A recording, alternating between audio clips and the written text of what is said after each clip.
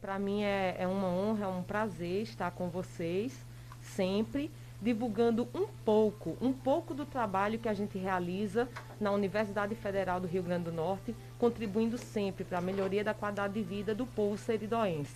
A senhora, Esse é o nosso a objetivo. senhora também coordena aquela estação climatológica que tem lá dentro do SERES? Exatamente, Sidney. Eu estou como coordenadora da estação climatológica, né, que Uhum. fica no nosso campus, que é uma parceria com o Instituto Nacional de Meteorologia, desde 2010.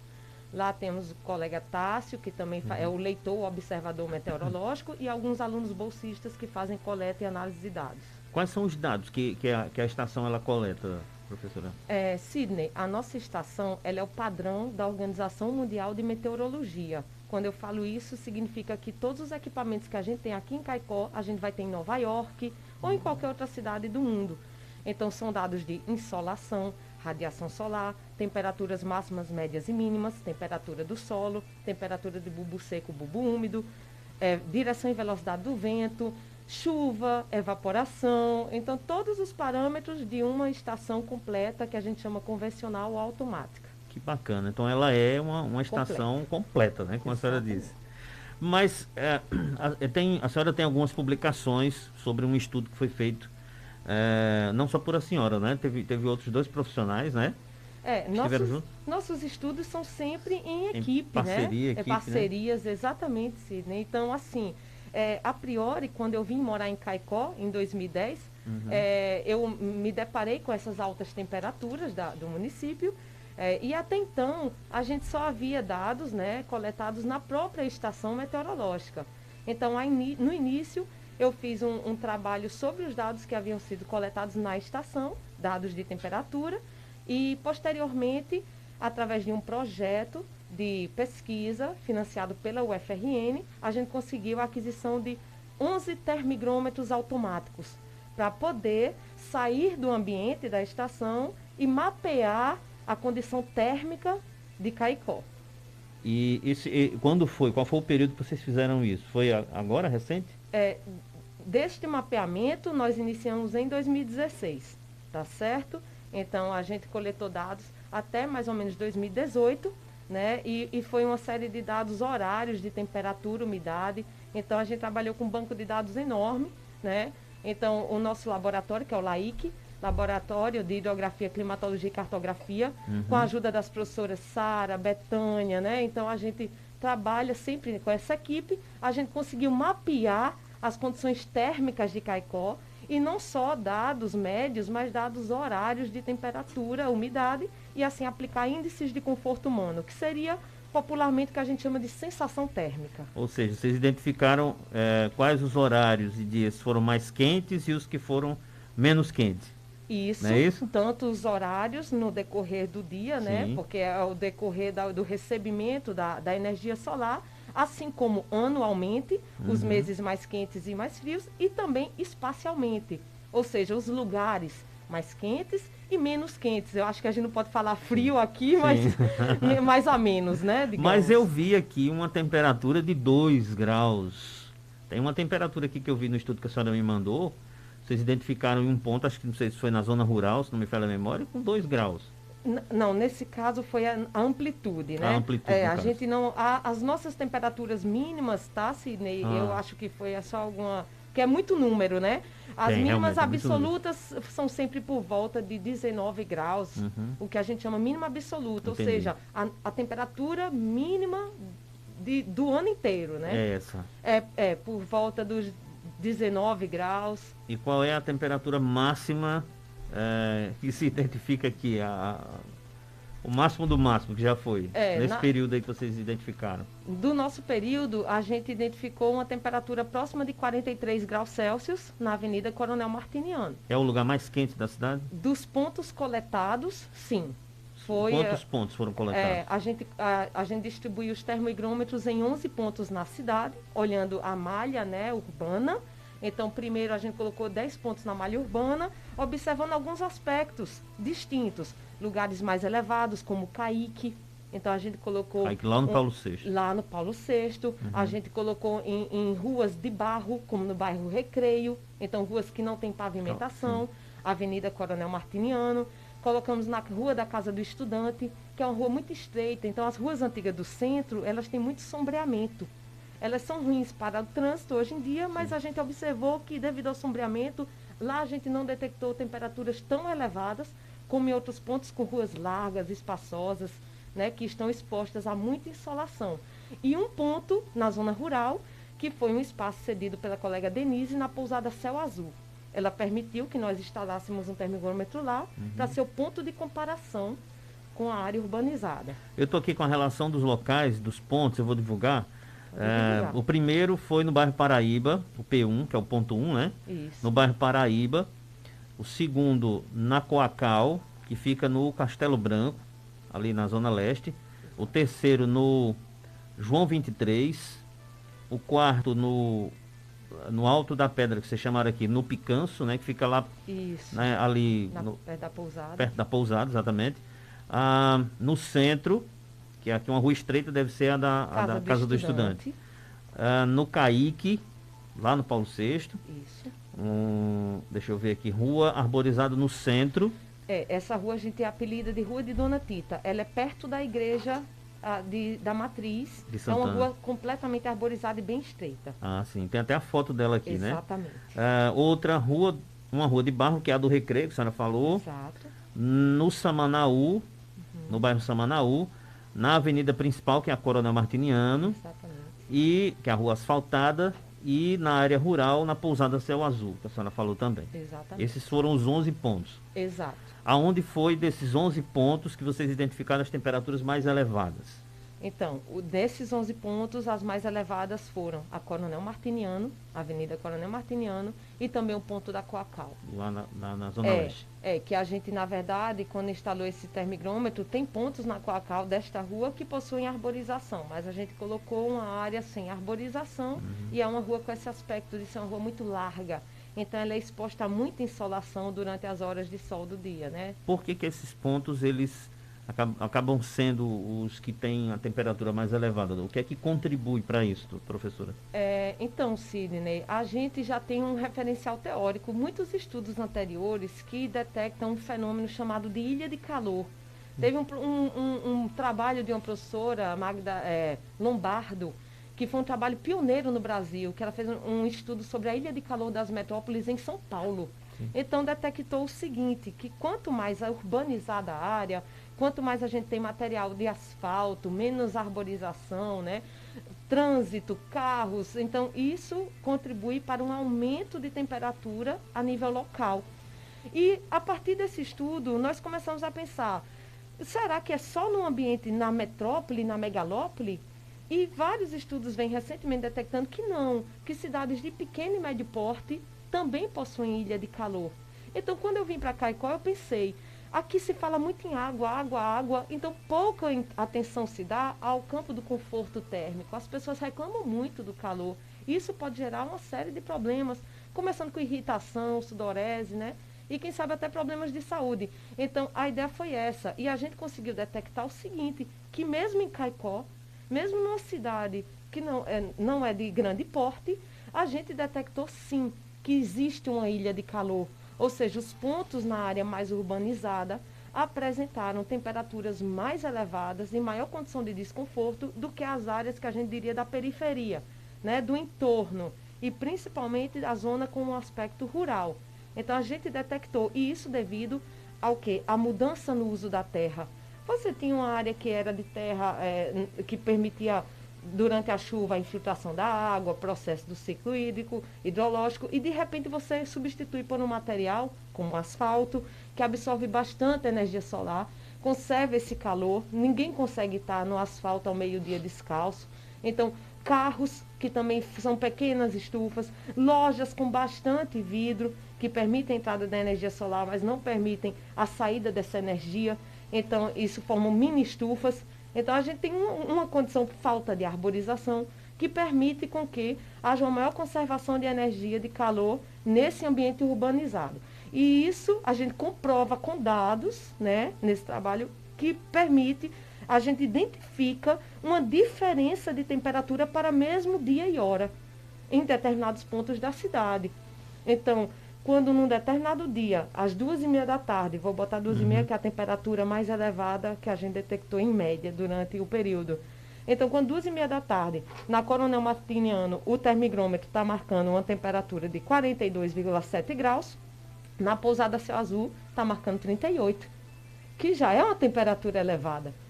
Então, aqui nós realmente detectamos uma ilha de calor.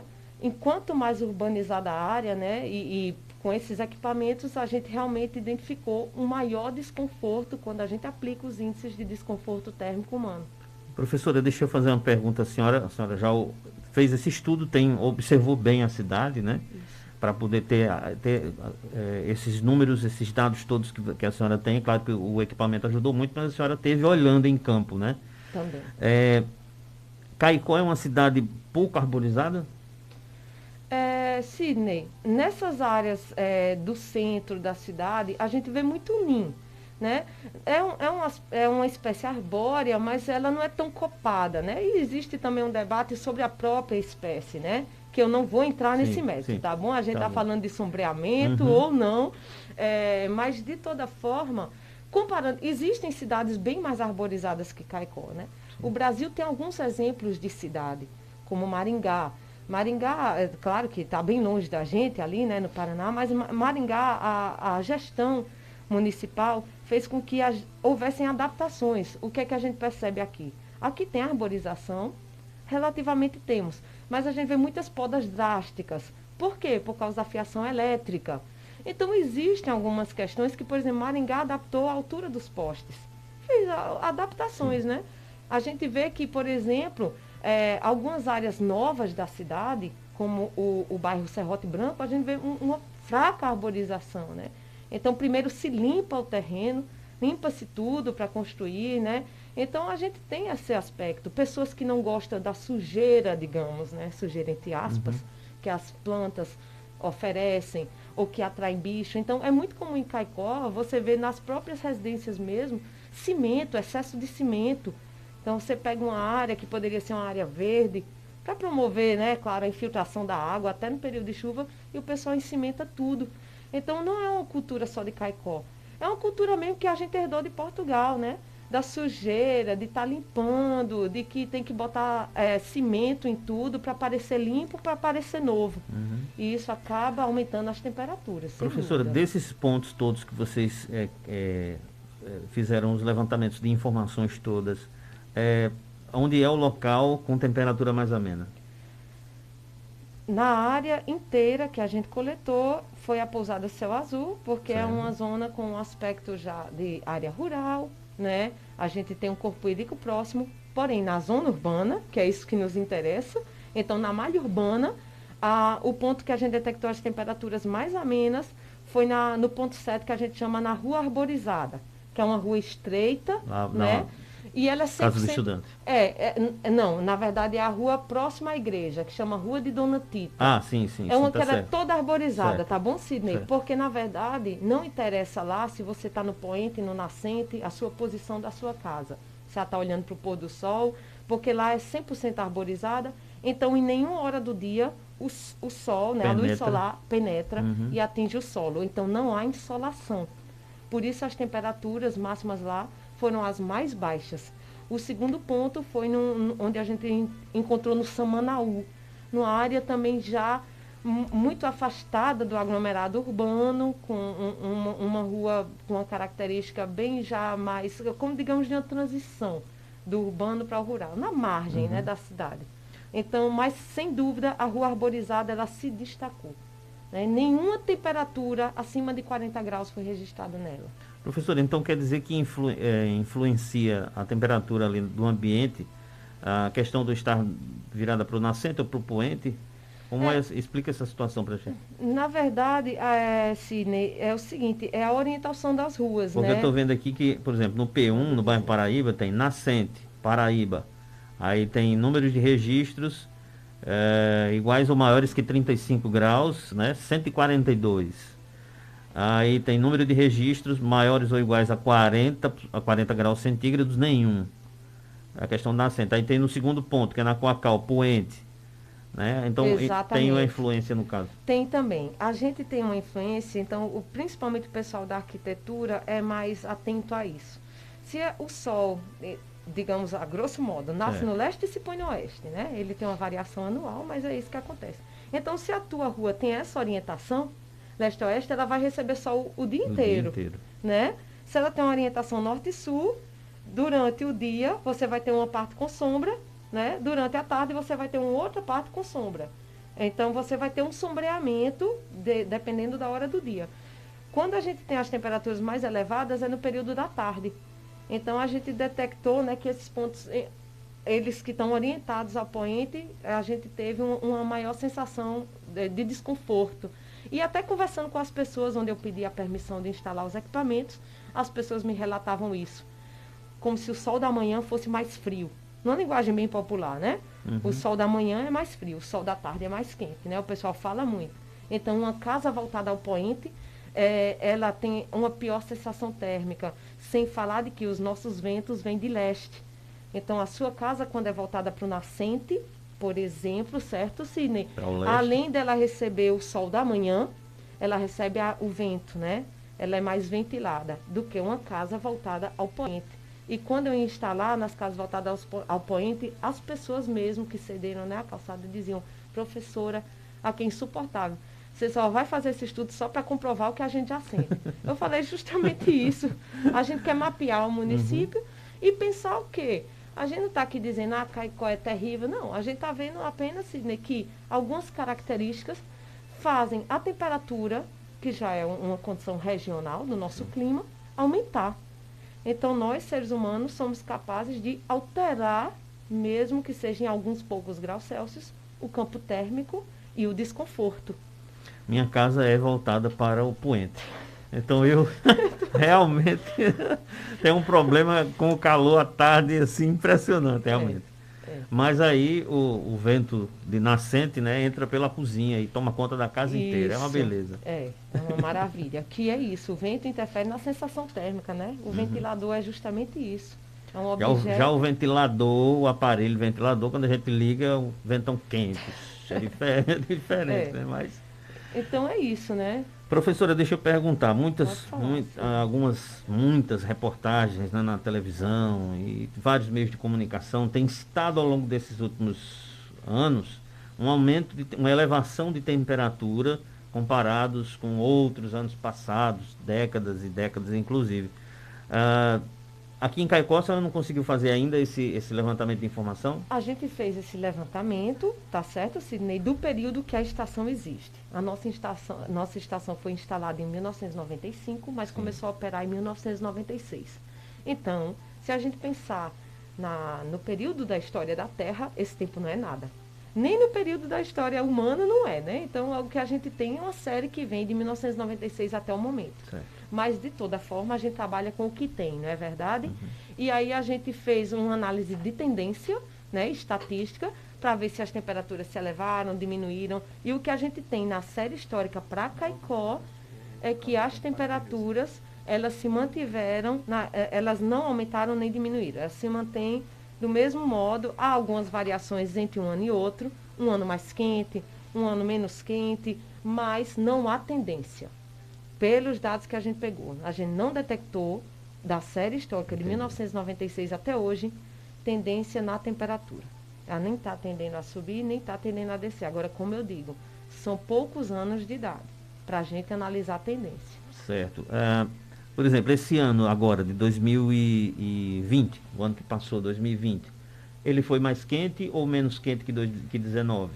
A gente tem, na verdade, Sidney, um ano que chamou muita atenção, foi o ano de 2005, sabe, 2005? Na série. Ele é digamos, um ponto fora da curva. Mais quente? Mais quente. Nos demais, a gente detecta, porque quando a gente trabalha com essas médias anuais, a gente acaba diluindo valores extremos. O que é que eu quero dizer? A gente tem um ano X, onde você teve uma temperatura máxima bem elevada, mas uma mínima muito baixa. Então, isso se mistura, se dilui, e na média ele vai estar com o comportamento de todos os outros anos, sabe? Então, quando a gente trabalha com essas médias e essas tendências, Realmente em Caicó, a gente detecta um ano um pouco, com temperatura um pouco mais elevada, a temperatura média aqui é 30,7 graus Celsius. A média anual. A média anual. A média anual. 30,7. É. As médias das máximas por volta de 37 graus. Então, a temperatura média máxima, ou seja, aquela que ocorre corriqueiramente, é 37 graus Celsius. E a média mínima, 24 graus Celsius, 25. Muito interessante, porque a impressão que tem é que está fervendo para cima dos 40, né? É, mas, Sidney, justamente, aí a questão que vai a sensação térmica. Eu ia perguntar isso exatamente agora. Pedi para a senhora explicar para a gente o que é essa sensação térmica, né? Comparada com a temperatura que a gente está vendo ali de 37 graus e tal. Exatamente. Então, Sidney, a temperatura do ar, ela é registrada pelo equipamento, termômetro, né? Então, a gente tem essas variações diárias, anuais, mensais. A sensação térmica, ou a temperatura de sensação térmica, ela não é só medida através da temperatura do ar. Ela é uma combinação de variáveis. Ela é a resposta de uma combinação de variáveis. Por exemplo, os índices mais simples têm que se utilizar da temperatura do ar e da umidade relativa do ar. E também da velocidade do vento. Por quê? Porque, Sidney, o nosso corpo responde à temperatura, não é verdade? A temperatura está elevada, o que é que acontece? Um mecanismo do nosso corpo se sentir um pouco mais confortável é a sudorese. Você vai suar. Se o ar estiver úmido, o teu suor não vai evaporar. É aquele dia que a gente chama abafado, que você sua e fica... Então, a tua sensação térmica piora. Então, por incrível que pareça, se você está suando, mas o ar está seco e ventilado, você vai se sentir menos confortável. Então, a resposta fisiológica, ela não se dá apenas à variável temperatura. É por isso que a gente liga o ventilador. A gente está na nossa casa a uma temperatura X, digamos que a temperatura no interior da sua casa seja de 34 graus Celsius. Você está ali, meu Deus, não estou aguentando. Você liga o ventilador, você se sente um pouco mais confortável, porque a velocidade do vento vai interferir na troca térmica do corpo com o ambiente. E por isso que os índices de conforto térmico humano são tão subjetivos. Porque você é Sidney, eu sou a professora Rebeca. Eu estou aqui, Sidney, morrendo de frio. Você está dizendo, não, professora, eu estou com calor. Então, esses índices, apesar de serem índices consagrados cientificamente, eles trazem uma crítica real, que é a subjetividade, que é a resposta do corpo humano. Que bacana. Obrigado. Olha, obrigado não. Tem um áudio aí do professor, né? Quem é? Carlos Eugênio. Professor Carlos Eugênio mandou um áudio para a gente. Vamos ouvir, Zé Virgínio. Tá. Boa tarde, caro Sidney e caro Alexandre. Quero aí parabenizar a professora Rebeca pelo trabalho. É fantástico. A nossa geografia, né, sempre está fazendo, tanto no campo da humana como no campo da física, e perguntar a ela qual é a maior diferença das ilhas de calor em Caicó, em graus Celsius ou centígrados, que ela detectou. Obrigado e um bom trabalho a todos. Obrigado, professor Carlos Eugênio. Ele é do IFRN, isso. O professor Carlos, inclusive, é uma citação do trabalho que eu lhe passei. Eu cito o trabalho do professor Carlos, né, que ele fez um trabalho sobre a expansão urbana de Caicó, é um livro, e eu fico muito feliz que o professor Carlos esteja aqui com a gente. Professor Carlos, a temperatura, digamos, média da ilha, a gente detectou 2 graus Celsius. Aqueles dois, né? E elas, essas são as médias, né? Mas quando a gente vai para máximas e mínimas, isso varia. A gente viu, é bem interessante isso, que durante o período mais frio, é como se a ilha de calor ela diminuísse, sabe? Então, a amplitude da ilha de calor com o entorno, ela diminui, vai para 1 grau Celsius.